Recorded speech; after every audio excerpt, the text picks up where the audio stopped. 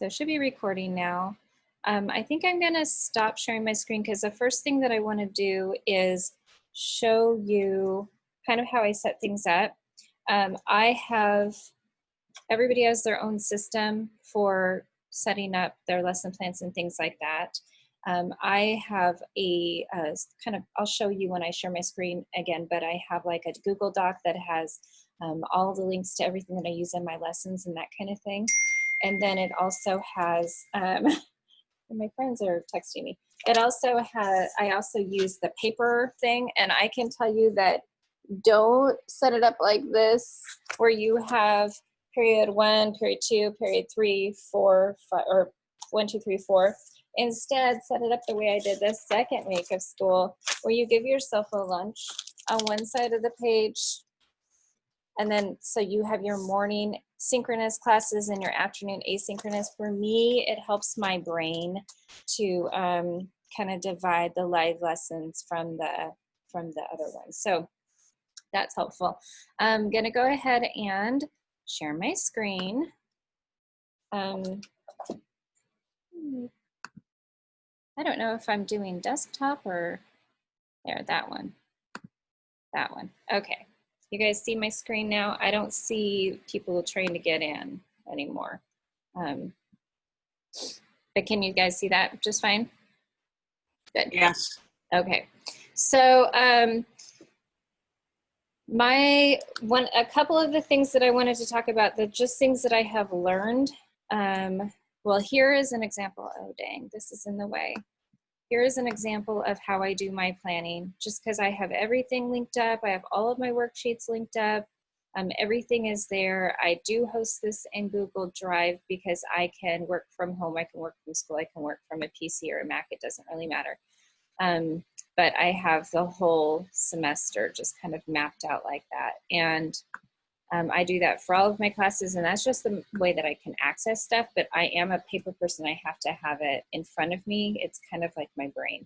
So wanted to share that. I also wanted to share, I was talking with a teacher this morning, and she was asking, what do we do for like the first days of school? Well, let's go to the modules that we had in the beginning.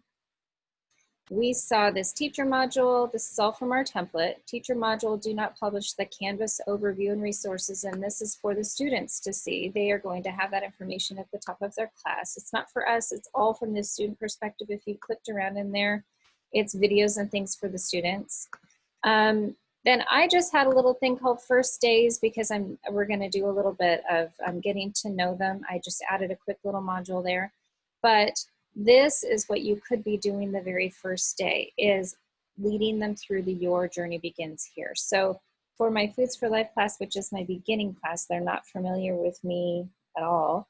I'm having them work through the Your Journey Begins Here. So in this one, I have my class overview, and basically it's the same as my syllabus. So I just copied the wording from my syllabus from the last several years, and then I probably will change these because I'm just going to do my modules based on how I'm feeling rather than breaking it down by unit like I did before.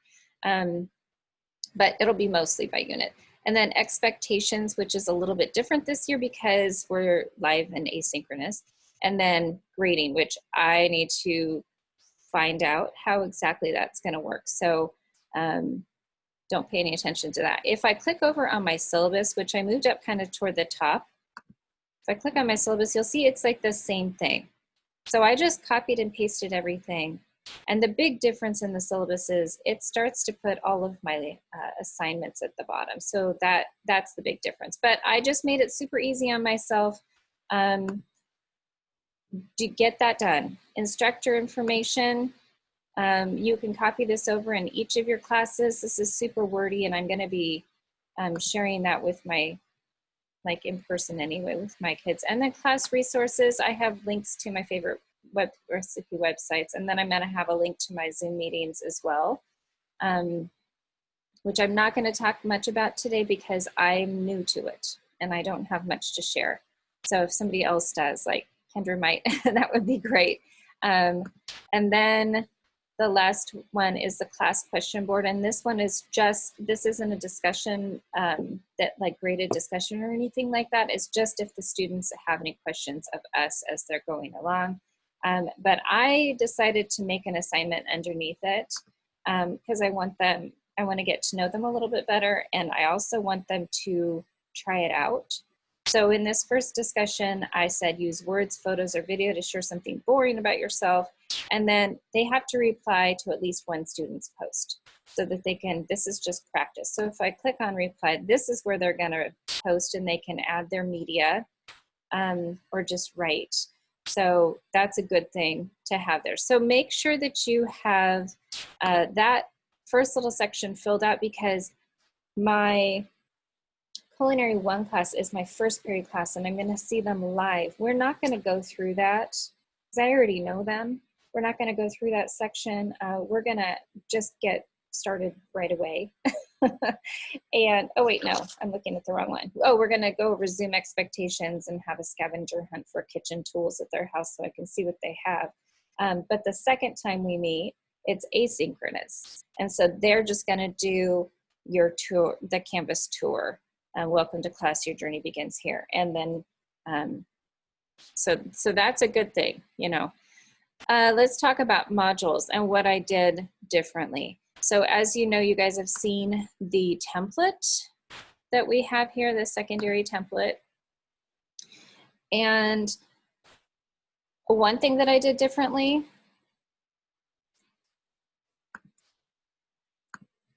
is I added a button at the bottom of mine that says live instruction.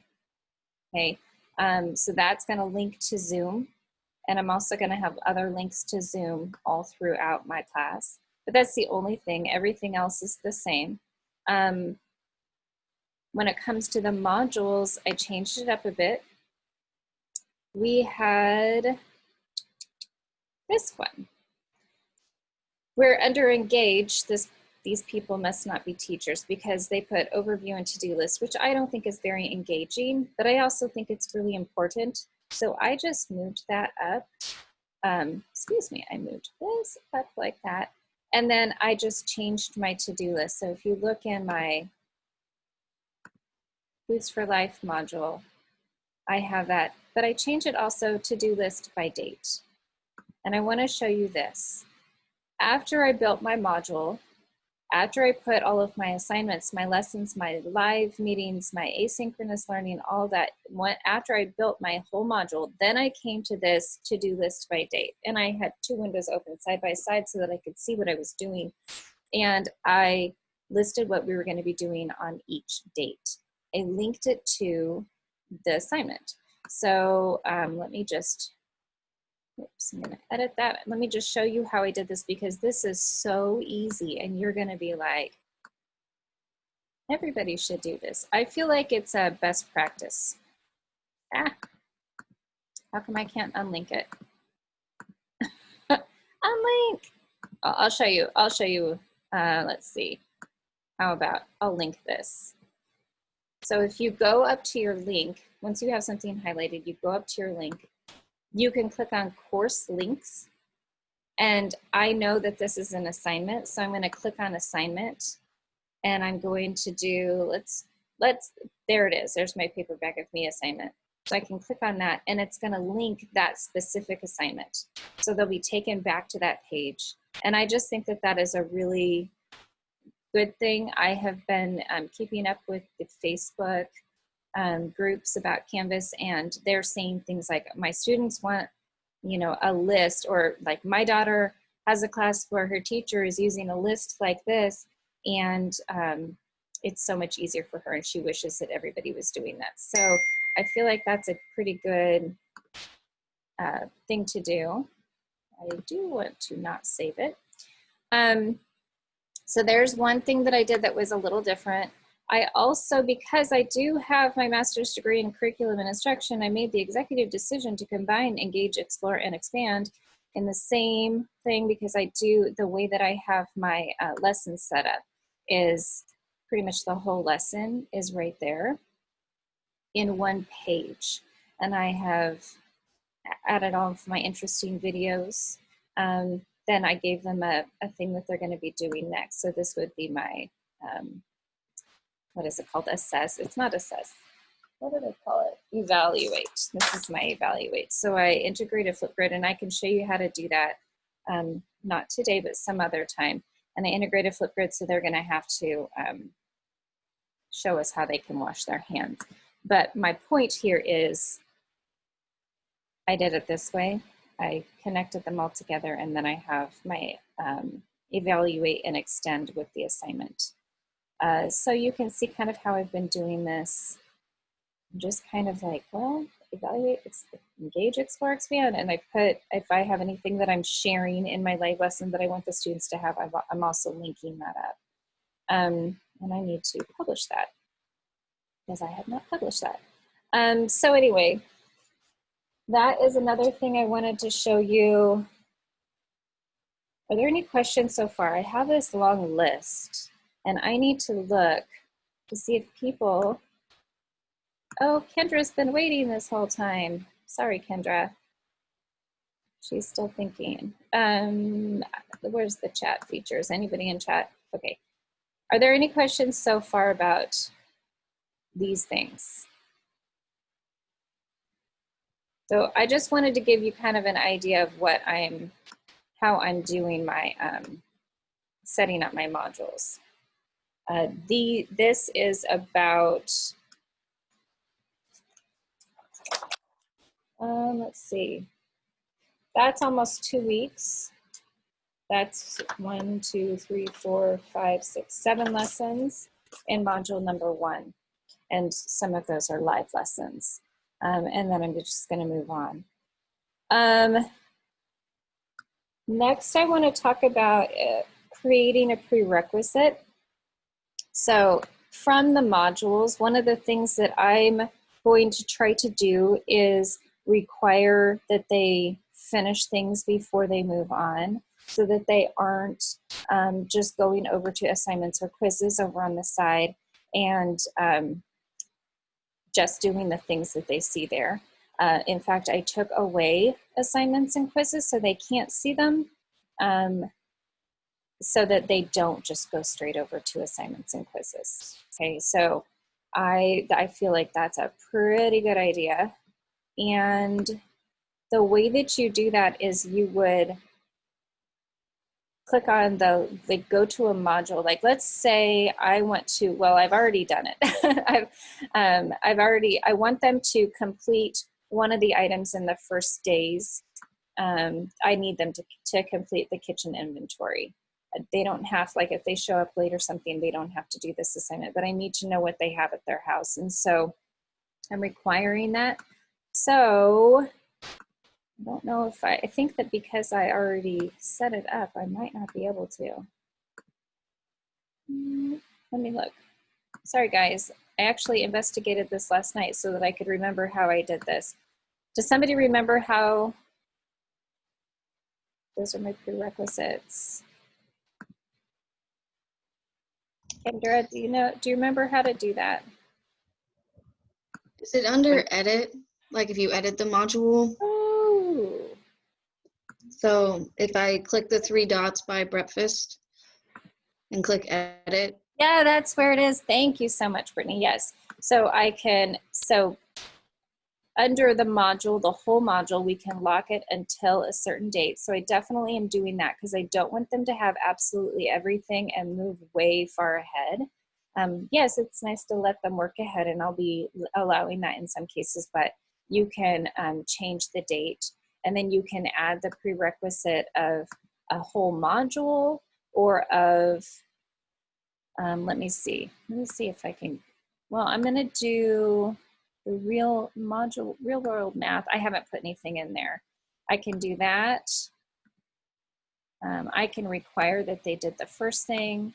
I can require that they complete, this is what I did on the just one assignment, like they must complete all of the requirements. They must move through the requirements in sequential order. I like that because it means they have to click on each page. Whether they read the information or not is really up to them, but they have to click on them in order. And I can make them, they must do that. Of everything that I want them to do in a module, they must do. And I only have one thing in this module. So this is not a very good example because I haven't built this module out at all. But I've already set up these prerequisites. I wonder if you can see what I've done here. If I edit, thanks Brittany. So this is not, I have the individual lessons locked until, so they're going to be able to see the whole module, but I have the individual lessons locked until the days that I want them published when they're available. But my prerequisite is that they have to do one of the things in Your Journey Begins Here. And then they have to do all of these requirements in sequential order. And they have to get a 5 out of 5 because this is safety and sanitation. So they have to get a 5 out of 5 to demonstrate they know how to wash their hands and wash the dishes. So I can put all of that information there. So yes, any questions about that? Now I have heard through the Facebook groups that some students who work slower or who maybe don't get to something, that they get, sometimes the teachers are locking lessons, and I have, it says available until at the bottom of an assignment or quiz, and I want to do a little more research on that, because if students can't get to it because of life circumstances or whatever, I still want them to be able to do it. So I might have it, the available until part, leave that blank. So that they can continue to work on it.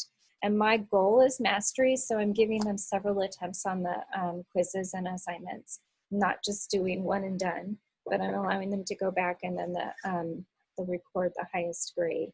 So that's something else to consider. I'm going to move on to something else. If you have questions about that, there are so many great YouTube videos right now, but I wanted to move on to another thing on my list. Announcements. So I set it up so my announcements are at the top of the page. And the way that I'm doing that is if you go to settings, make sure you're on course details. I sure hope I'm right. Yeah. Okay, I might be wrong. It might be under announcements.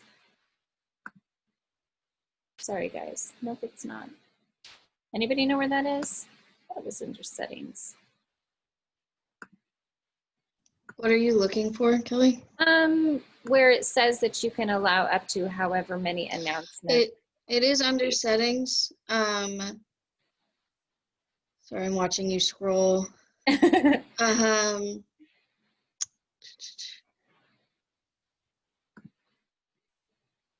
It might be right there. Yeah, I just clicked on that, more options. Show recent announcements on course homepage, and you can set it to however many you want. So I'm doing this because when they log in from their phones or from their Chromebooks, they're going to be seeing the settings at the top of the homepage. Best practice is to date your setting or date your announcement. So this is my day 1 announcement. For this particular one, I'm going to probably change it to join us in Zoom and give them the link there. But in my Culinary 2 class, I have essentially the same announcement. And that's gonna, I want to show you what I did for that announcement. I'm gonna have to change that one, but welcome to class, get started. To get started, click on the blue module. So they're gonna have to read the rest of that thing. And I tell them, click on the blue modules button on the home page and find welcome to class. And then your journey begins here. Then I tell them, click on the class overview, read through it, click the next button. And I take them through that entire section that I told you everybody should be setting up, that you can walk through on the first day, especially of asynchronous learning. It's a great little default lesson plan. Read about me, click next, click next, click next. Awesome, you just walked yourself through a module. So I think that that's good practice. And then they have an assignment to introduce themselves to the class. And that's also part of that first module that I have there. So announcements, I wanted to talk about that. So we've got that. And like I said, best practice is that date, because it doesn't automatically populate up there. They don't see that. I wanted to show you one of the things that I did. This is also jumping to a different topic. Not this class, sorry. It is in my Culinary 1 class.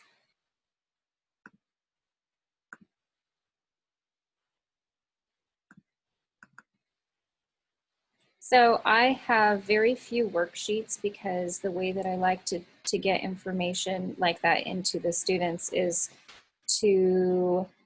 I ran a little relay.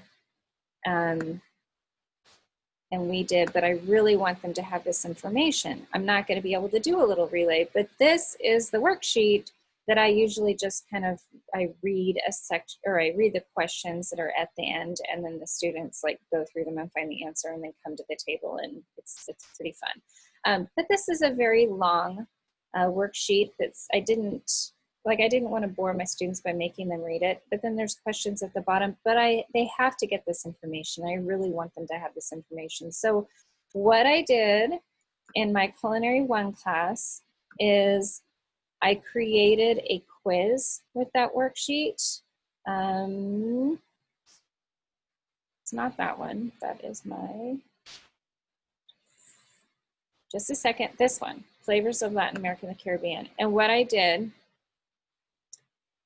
is I held up my phone and I talked, I used the talk to text feature, and I read my worksheet into my phone, and it typed, and I emailed it to myself, and then I added the questions, or I added that, each section and then the question that goes along with that section, so that they can answer that. And it's chunking the material to make it more accessible to students, but they're also having to read the stuff that I wanted them to read.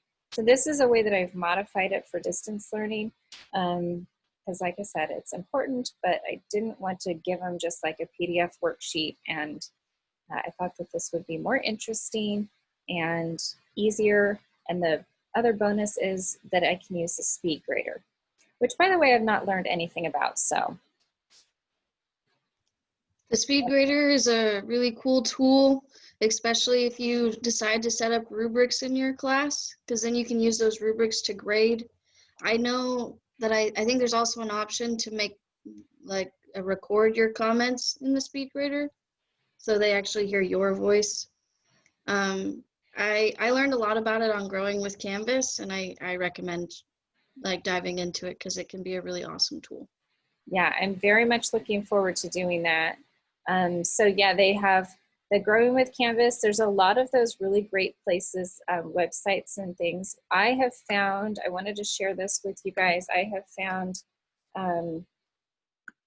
YouTube is one of the best sources of information. They have, sorry. Oh, you know what? I have my subscriptions over here. The Canvas LMS page, they have a lot of videos and tutorials. They have live instruction, and they host live instruction that you can be part of. And that's very cool, but a lot of great tutorials. I prefer Ashley Espinoza. So if you want to write down her name, she's amazing. And she leads you through the modules and doesn't waste your time. And she, she has a playlist here called Canvas LMS Tutorials for Online Learning. And I have, let me pause this before it gets going. I found that if you start at the bottom, creating a course in Canvas LMS overview, I would start there. And then she also leads you through the settings and functions. I felt like all of these, I started there and I worked my way up. She's amazing. And she tells you what settings, like if you don't want to have a bajillion emails from your students, or every time somebody turns something in, get an email, every time somebody touches something, get an email. If you don't want that, she'll lead you through how to change all of those notifications and that kind of thing. So I wanted to show you that. Any questions right now? Okay. Lab evidence and reflection. If you are teaching a lab class or know somebody who's teaching a lab class, so that's all of us CTE teachers and art and science, if you're able to do some of those labs. One of the things that I did, I don't know if it's in this, yeah, is I created quizzes. Yes, these are quizzes. So I'm calling it lab evidence and reflections. So I'm requiring them to tell me about, like, upload the photos. So these are, uploading a photo is an option in the quizzes. So I'm having them upload photos, 3 different photos, and then reflecting on what went well, any problems, what would you do differently. So that's another great way if you do run a lab, if you want the students to show some evidence. And then at one point in one of my classes, I uploaded a video on how to, how it might be in this, I don't remember, but I uploaded a video on how to upload a picture from your phone. So actually, I want to say, well, look that up on YouTube, and you can share with your students how to upload a picture from your phone into the app. Now, we haven't learned about the apps yet. I'm gonna show you how to log into the Instructor app kind of toward the end, but remind me of that, okay? So that, okay, adding an emoji. So Kendra, if you're there, you're the one who told me about adding an emoji. Do you want to talk about how you're using that? Well, with the templates, I kind of have taken all my emojis down. So you've got way more emojis on your classroom than I do. So.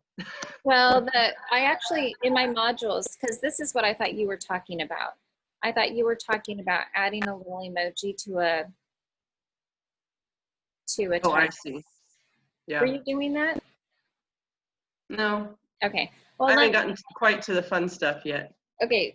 So from my understanding, I feel like you said, and I thought it was a really great idea, something like, oh, that's not what I wanted. If you want to, like, if you have different groups working on different things, or if you have like the level 1 requirement, level 2 requirement, level 3 requirement, like everybody must have this, but they don't have to have that kind of thing, you can just right click and click look. If I'm on a Mac, but it just says emoji, it doesn't say symbols. If you're on a PC, and you can click on that, and then there's a bunch of emojis that you can add to, say, like the beginning. So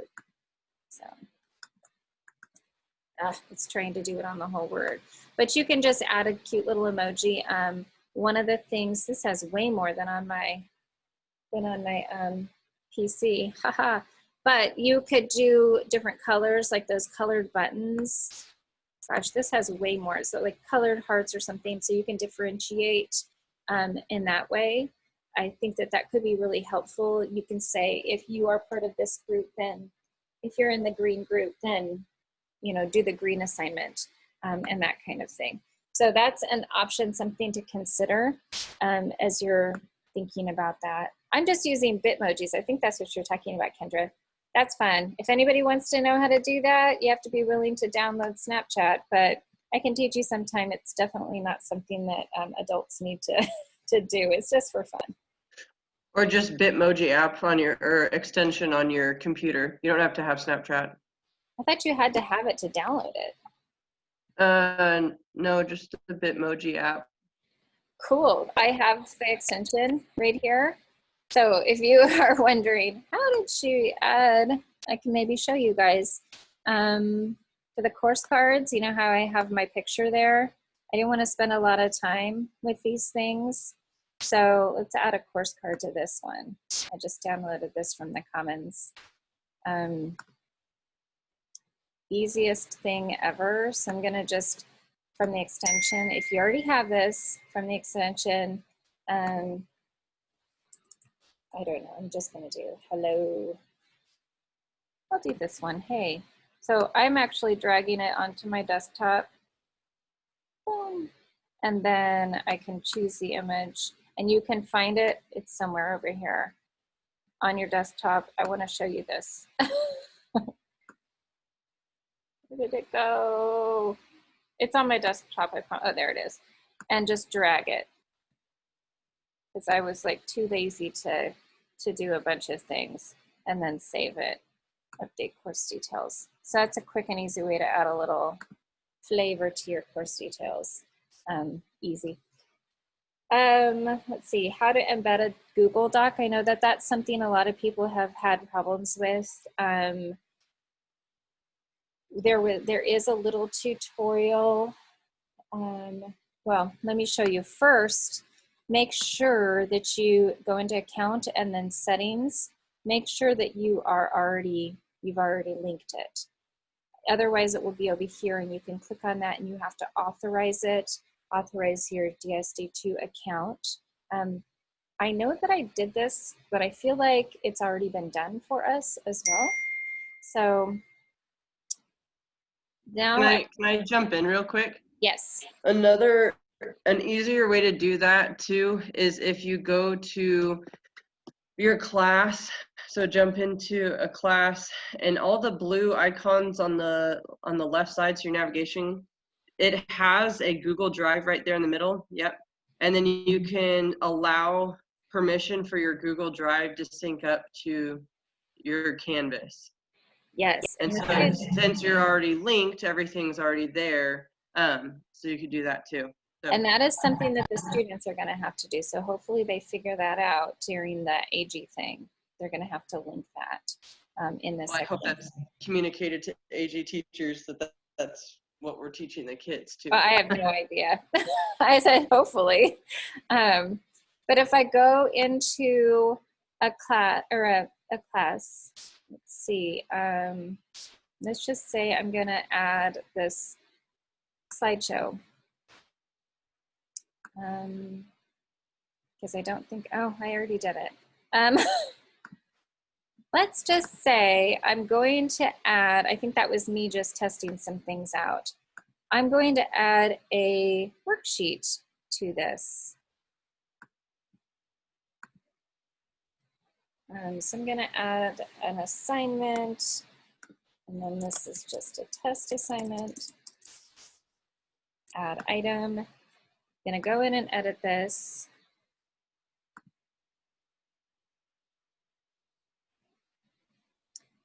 And now from here, I can go into this little button here that looks like a, I don't know, an outlet, not an outlet, a plug. Oh, look at this. I was hoping this would happen. This has been happening and annoying people. And if it happens to you, this is the solution. We think we need to do the drop down and you're like, it's not working, right? Click on the word Google. Click on the word Google, and that's going to take you to your Google Drive. So if you've been super frustrated by that, there's the solution. And then I'm just going to find something. Let's just do that. And then in this case, I want them to stay in Canvas. I don't want to give them the link so that they leave Canvas and go to Google Classroom, because I want them to submit everything in Canvas and stay in Canvas. So I'm going to click the embed.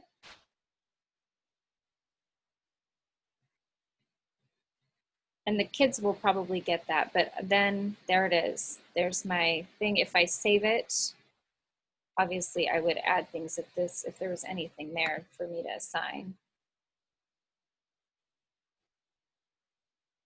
And the kids can scroll down and scroll over, whatever. Couple of things. In theory, it should be making an assignment or a copy for every student.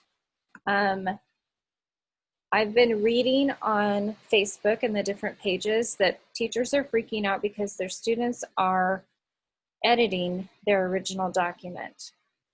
I have a theory that that's because the teacher opened up the share settings to allow others to edit the document. That is not what you ever, ever, ever want to do. Don't ever let anybody edit your document. So make sure that the share settings are not allowing that, and then it should create a copy for each student. So if you wanted them to write on something, let's try that again. I have to find something like a worksheet that they can write on. Ooh. Kelleigh, Yes. do you know, by any chance, whether or not we were supposed to edit and leave the shared option open for the advisory one that we were supposed to create? You're just supposed to create it and that's it. So just and not publish it, not do anything with it. Just create the class with the grade level, your last name, AG, and she'll upload stuff to it. Yeah, Yeah. I saw that, but I didn't know whether or not we needed to share the editing ability with her, or otherwise she might not be able to access No, it. she already did it. If you Okay. did it before 9 this morning, look at, isn't that cute? That's Right. what she did. I haven't She has clicked it. admin. Gotcha. Yeah, yeah. Okay, but I want to go back to my sandbox and show you how to show you what it looks like when you add something that they're going to write on. So I'll go here. Oops. We'll go here. And I'm going to do another assignment. Another one. And we'll edit that, and then I'll go into my Google Drive again, just by clicking the plug link. I don't do very many worksheets, so this is, well, I feel like I did something when I was teaching baking and pastry. This one, that's a worksheet. Embed.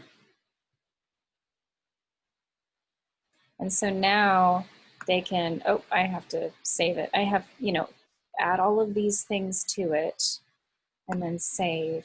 Oh, for submission, I think, no. They would submit it right there. My window is very small, so sorry about that. But they should be able to just type right in there. And then when they're done, they can submit it. And this would be on their end. So that's good to know, right? How to embed a worksheet in there. I wonder if I can. Kelleigh, do you know if when you do that, if they can see each other's work or if is it just theirs?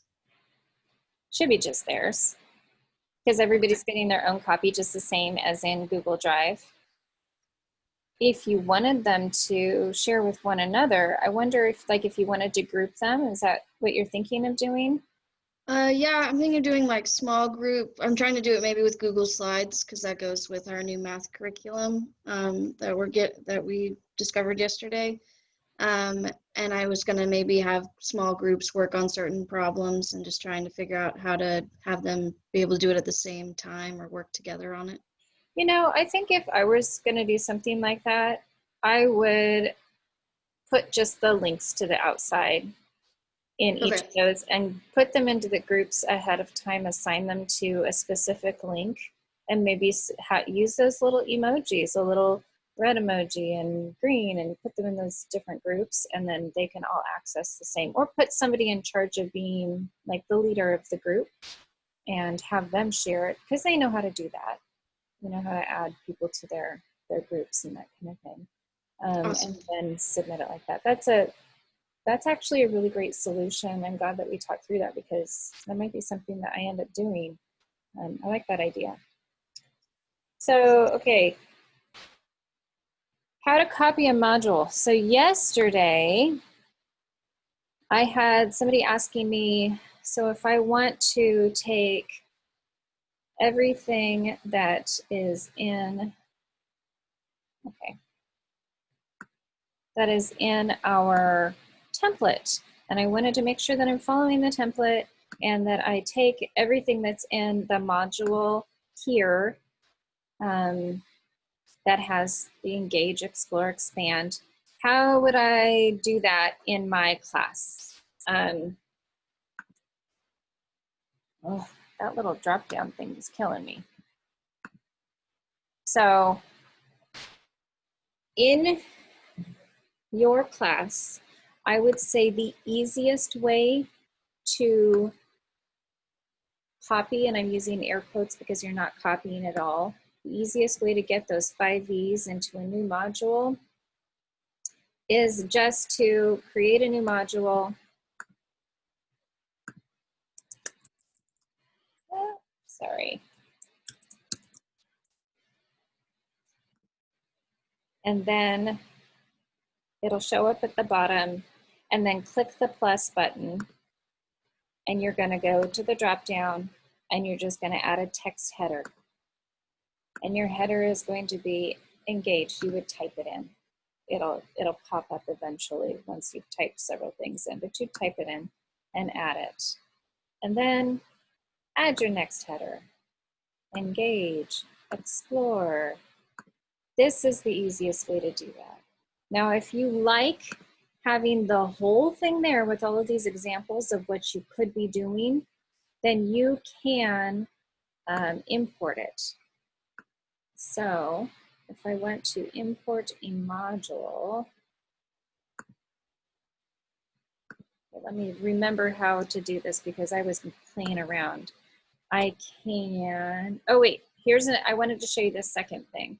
So you can also, if you, let's say you are a PE teacher and you have the same kind of format every week, and then you just change out requirements, or you are showing a new video or something, but everything is basically in the same format every week, and you want to keep that format going. Like, I really liked the way that I did that. I'm just going to change videos and links and things like that. You can go over here to the side of the module and you're just going to go to duplicate. It's going to duplicate it right there. You guys see? Just took my module 3 copy, and I can of course edit the name of this, so I can call it module 4 and change everything that's inside of it. So there's that. The last way is, let's say I really liked this whole thing, and I want to share it. Let me think about this for just a moment. I think I create a new module. I might be wrong. Somebody might need to correct me because, like I said, I did this yesterday and I want to import things to it. So I think I just did this yesterday and I was working on it to show everybody. Is it copy to? Yep, copy to. You guys saw that? Drop down menu, copy to. I'm going to copy it to my sandbox class. So here's my sandbox, or you can copy it to whatever class you're going to be doing. And then copy, and then it's copy operation started successfully. I can go ahead and close that, and then I'm going to go back. This is my sandbox class. So I'm going to refresh this, and it should show up at the bottom. There it is. Okay, so there's 3 different ways to copy your modules. Any questions about that? All right, you guys are so quiet. That is all that I have for you today. If you have any questions about anything, maybe I'll know the answer. One of our other Canvas people will. Any of our other Canvas coaches have something to share, anything that you've learned and want to share your screen or anything? Kelly, could you allow me to share my screen, please? Yes, and I am going to figure out how to do this because this is a wonderful learning opportunity. Oh, just needed to know that. Oh gosh, sorry guys. I made it big. How do I do this? Allow. At the bottom, with the share screen, there should be an arrow, and it says like allow other people to. Like, I don't have the same thing. Are you talking about this? You may need to stop sharing your screen first to be able to do hey. that's That's true. good. Thank you. Yep. We're all learning. And now I should be able to go. Should be. Is that Operative word. do you think that's it? The ask to start video? Well, we'll see, I guess. Is it helping? Do you have the No. share screen option? No? No. Erg. I wonder if I had. Oh, Yeah. multiple. Yeah. Okay, now try it. Yeah, now I got you. So forewarning, yeah, my Canvas is nowhere near what you've got going on. But what I did do is left myself some paper or some breadcrumbs along the way as I'm figuring things out, from other people. We're all familiar with the Growing with Canvas. We've been through that, yay. Something that was helpful for me in starting at my class from ground up is just minimizing the options for students to get lost in Canvas with. And so what I did was, when you go into your class settings, the tab navigation at the top, you can drag specific bars down. So these are the ones that I've left in most of my Canvas classes. So home, announcements, modules, grades, and syllabus, you know, because high school we use syllabi. So this just makes it just a direct arrow. This is all you need to know, you know, weeds out the woods, so to speak. That's it. So all the other ones will have this I next to it that is hidden features until you publish your class. Then only the ones that are left at the top will be viewable by students.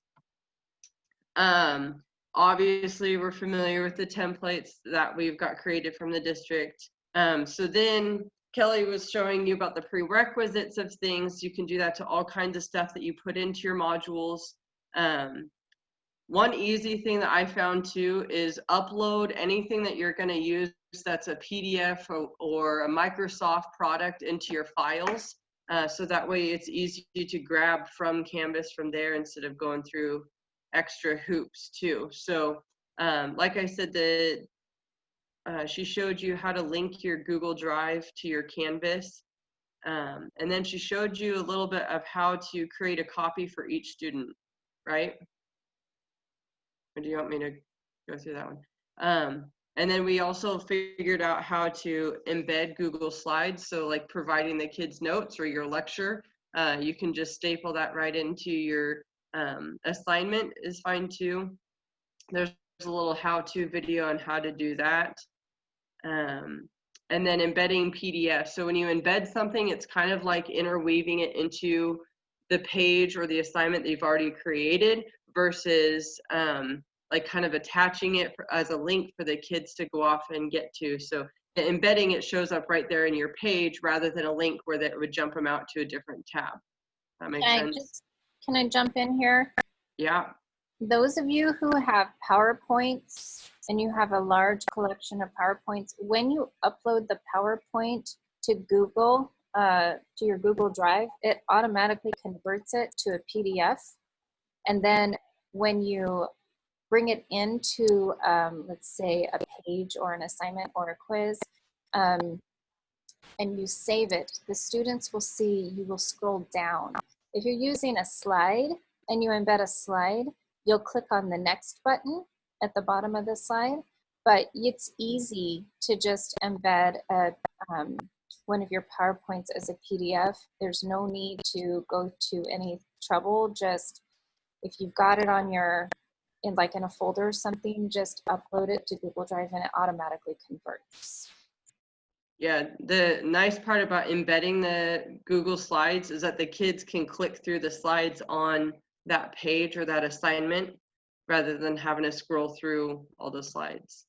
This is something we kind of talked about yesterday with the submission types, and how kids can, if you leave it kind of wide open for their creativity to submit something, whether it's on the assignment, whether they text you back within the box that's provided, or they can show you like a YouTube video that they created and uploaded, other media recordings of, maybe it's a group project and they did a skit and they recorded themselves and they put it up there, or other file loads like a Google Slides, a Sheets, a Google Docs, whatever that might look like. So if you want something a little more specific, that's fine too.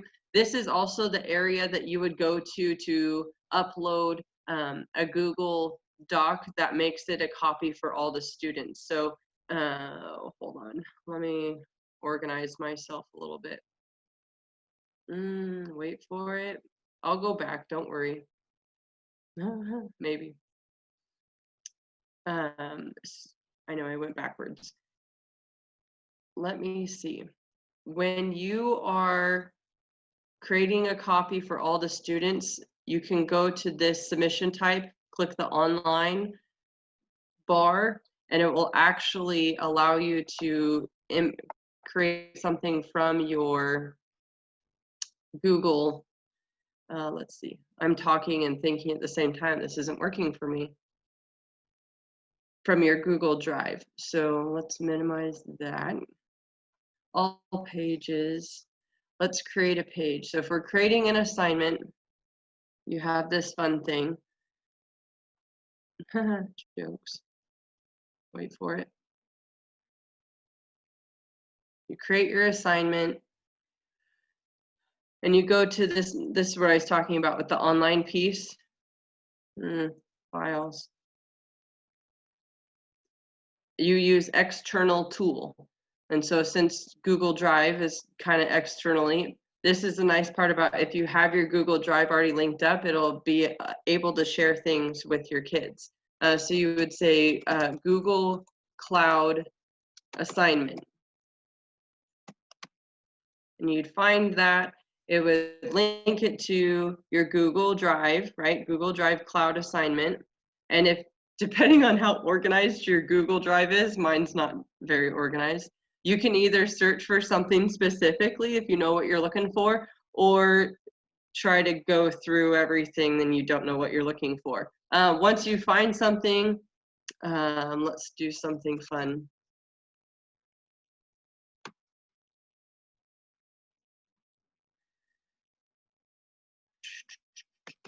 Sorry. Oh, that's where it is. So once you find something, it would submit it to your Google Drive. You'd say, yes, that's what I really wanted. I like to click the load tool in a new tab, just so that way it's not so much. Then you fill out all this other stuff. Hopefully it'll let me just show you. No.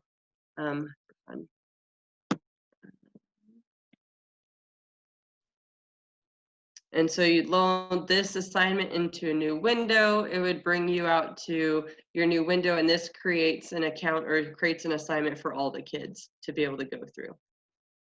That sound good? So that's also one of the breadcrumbs that I left in that PowerPoint that I can share with everybody too. So that way we're not having to remember all the steps and what's going on. So let's see, quizzes. You can also include the quizzes from your like Google Forms. If you've already got stuff created from there, you can embed it. You can have it make it an outside window attachment, okay? And then conferences, so we played a little bit with the conferences, but I'm thinking this is where maybe we need more direction, but the Zoom piece with the recording of Zoom would allow you about 10 to 15 minute videos to be uploaded. So that's important for our recorded sessions. With the big blue button or the conferences button, you can also record in there, but they recommend still keeping it under 15 minutes. I don't know what kid's gonna have an attention span for more than 15 minutes, but you know, you never know. Let's see, recordings. If you have kids that have read aloud accommodations, you can record video or voice or both record. Just make sure that you find the button that has the music note It's up here. Anywhere that there's a text box, you can read whatever's on your page. You can also give them a resource called Natural Readers that allows them to use a different website to read stuff out loud too. Let's see. And then this is what Kelleigh found for me the other day about monitoring kids' progress. Like your AG class, you could also do that too. So if you want, I can share this out. Like I said, it's just breadcrumbs along the way. It's a fluid document. So as I'm helping you, you're actually teaching me. And so I'm constantly adding to it. But yeah. Another thing that we found helpful too in the SPED department is that we've created a common Canvas course, and we've made different types of, I know a lot of other departments are doing this too, but created a common Canvas course to just upload resources to it, and that, you know, whatever fits your teaching style, or maybe you just need a filler for the day, or grab that assignment and copy it to your class, you can do that too. So that might be a good idea departmentally, just as PLCs, just upload anything that you do. You find a fun lab, you find a fun exercise, especially for AG groups too. I think it'd be really cool to create a grade level AG course. But since we're all got copied courses, I guess it doesn't really matter. But let's see, there's maybe, yeah. Best thing I can do is say link your stuff to your Google Drive and just upload your PDFs and your Microsoft files to the Files tab in your Canvas class, because then you can embed them how you want, that kind of thing. Yeah. So it's just organizing your materials after you've already embedded it. Anything else? Yeah, Kendra, I have another question again. And Yeah. I know you guys just showed, both of you, I think, just showed this. But again, if you're linking it, an assignment, and you want them to be able to type on it right there in Canvas, that's where you click that external link thing. Okay. That's what I do. Kelleigh, do you have a different way of doing it? I want to learn more about this topic because when I read on the Facebook pages, it makes me scared that I might be doing it wrong. So I want to learn more. And I know that in one of mine, I did exactly what Kendra did. But in another one, I think I didn't. And so I want to learn more on this topic. So I think that Kendra's slideshow looks incredibly helpful. Would love to have that link. And in fact, Kendra, if you could share the link in the chat, then I don't know if people who see this later will be able to click on it and get to it, but we're recording this Zoom meeting, so hopefully that's the case. So if you can. Yeah, I can share it. It's on all my work stuff, so I'll just, more the merrier, I'll just share it with everybody. Yeah, so I can run through that real quick one more time if you'd like. The only trick is like Kelleigh was saying, just making sure that your Google Drive has specific sharing capabilities, so that way the kids can actually see what you've given them a copy of and be able to type on it too. So let me go through that one more time real quick. Won't be hard. Hey, Kendra, while you're going through that, can you then show how to limit them from editing your page? Oh, I see. Yeah, if you want to just like give them something and not have them do a whole bunch with it. Just so that there was like, so that if you gave them a document that they could copy it and write on it, but it wouldn't alter the document itself. Yeah, so that's what I'm doing. Okay. So you create an assignment. So this is like a brand spanking new assignment. I haven't really done anything. I just titled it something. You can type in specific instructions here if that's what you want. You know, fill out all of these, you know, blah blah blah. However many points that you want to use. So this is where submission type. So this is how you create a copy for each of the kids. So you go external tool. In this little fun spot, you would actually type in Google Cloud assignment. Did it twice, man. That's where it would link you to here. You'd say configure what kind of external tool, because there's actually quite a bit of outside tools that you can use within Canvas. especially if you have a Microsoft account, you can upload and embed your Microsoft pieces here too. So I don't have that. And then your YouTube video. So if you want to embed a YouTube video, this is kind of fun too, because then it'll just weave it into the page that the kids are seeing right then and there too. I'll show you another way to do that too. So your Google account, like I said, I'm not the most organized person here.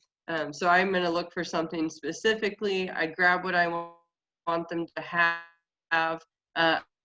Again, my shared settings would already be set up in my Google Drive account. So that way the kids can have it. So I select that. If I don't want it to load in a new tab, it'll still show it, but it'll show it in a really small rectangle. And so it's just easier for me to say load it in a new tab, so it's one less thing for them to kind of have to go through.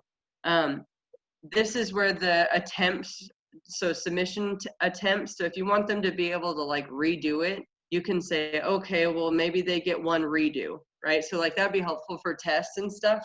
Well, maybe not, maybe you just want to do them once for tests. Or you can say however many times until you get it right, you know, hopefully one and done. Play with however you want to assign it. If you want the due date to be next Friday, maybe you open it up saying, okay, they get 1 week to work on it. You open it up tomorrow.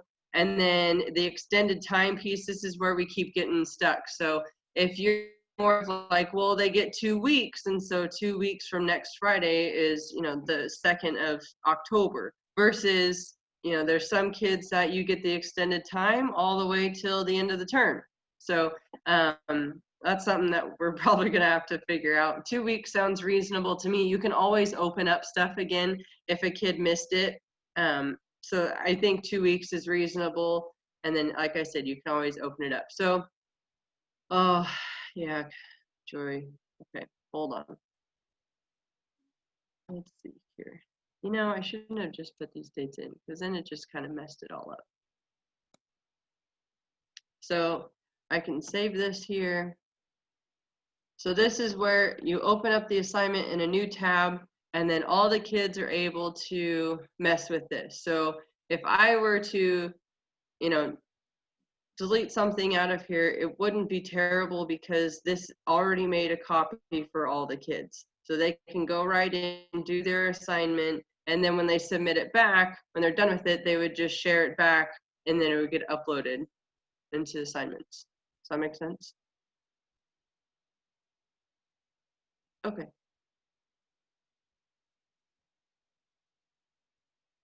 Okay, if there's no more questions, I wanted to show you guys very quickly because I don't know why we're not learning about this, but there are 3 Canvas apps that are available in the App Store wherever you grab your apps.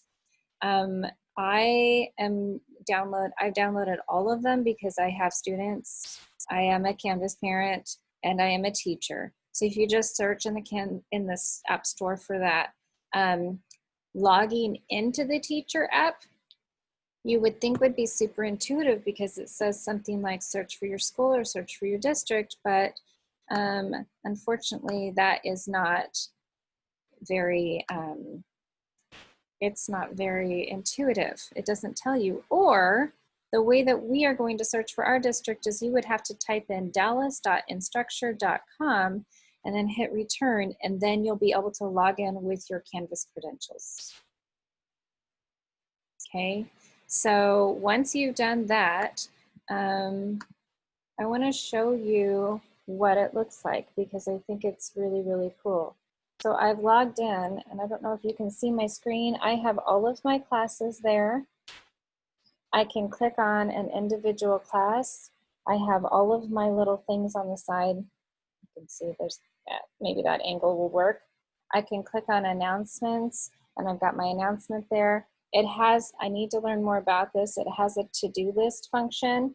There's nothing for me to do, so it tells me to enjoy my day. There is an inbox there, so you can respond to students right there. It has a whole inbox feature. Let me go back to my, and then you can open it in student view. So this is really helpful if you've gone crazy with some kind of insane Bitmoji classroom or something. You can see what the students are going to see.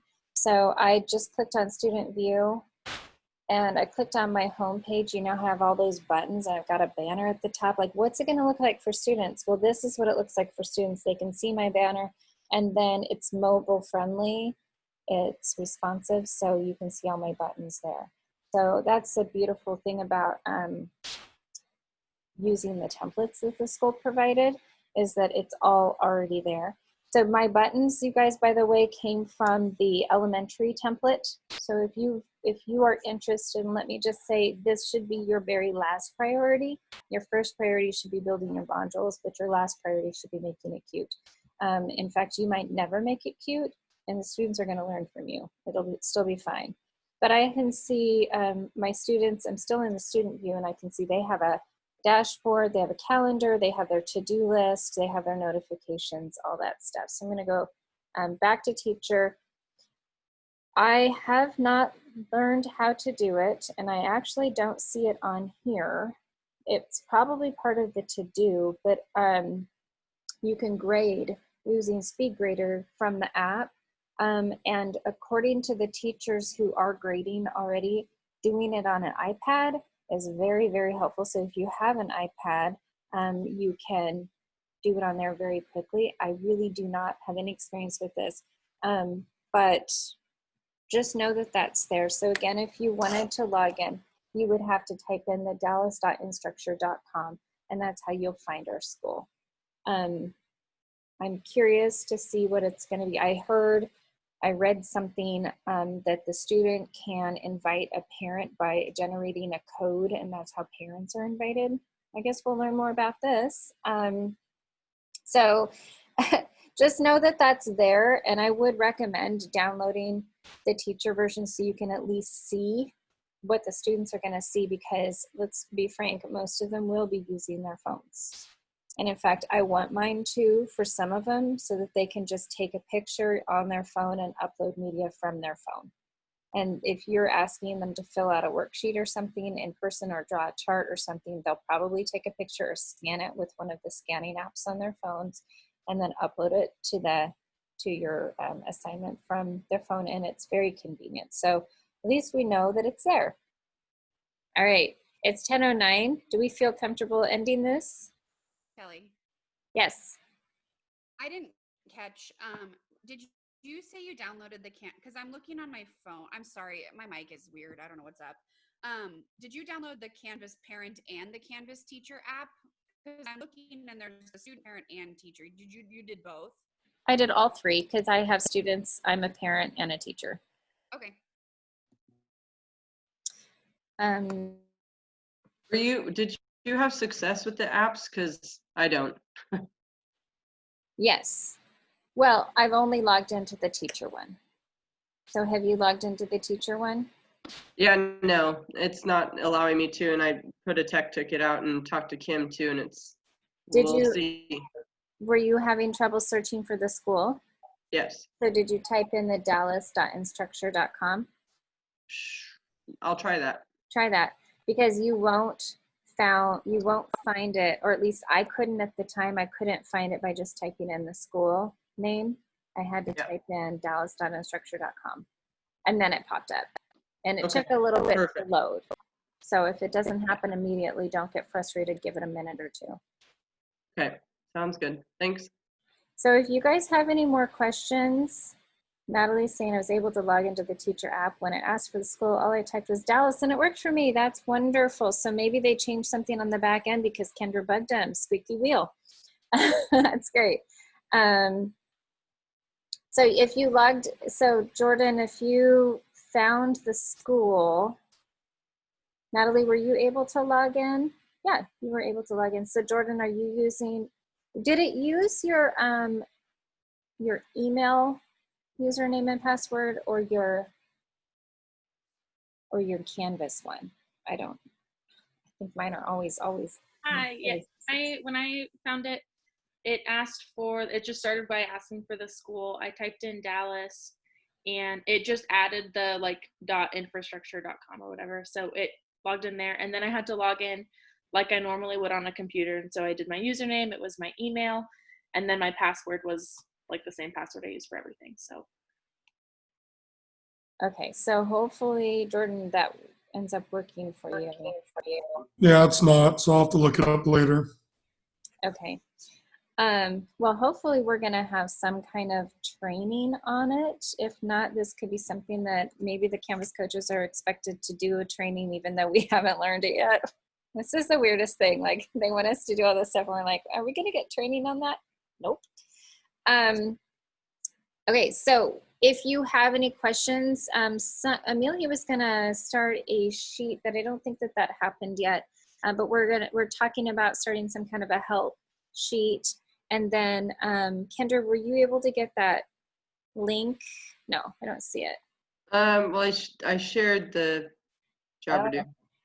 Okay. I mean, you see if I can get a link. Get link. Huh. Yeah, and share it to just the chat. And then we'll go ahead and say goodbye and you guys can have a great day.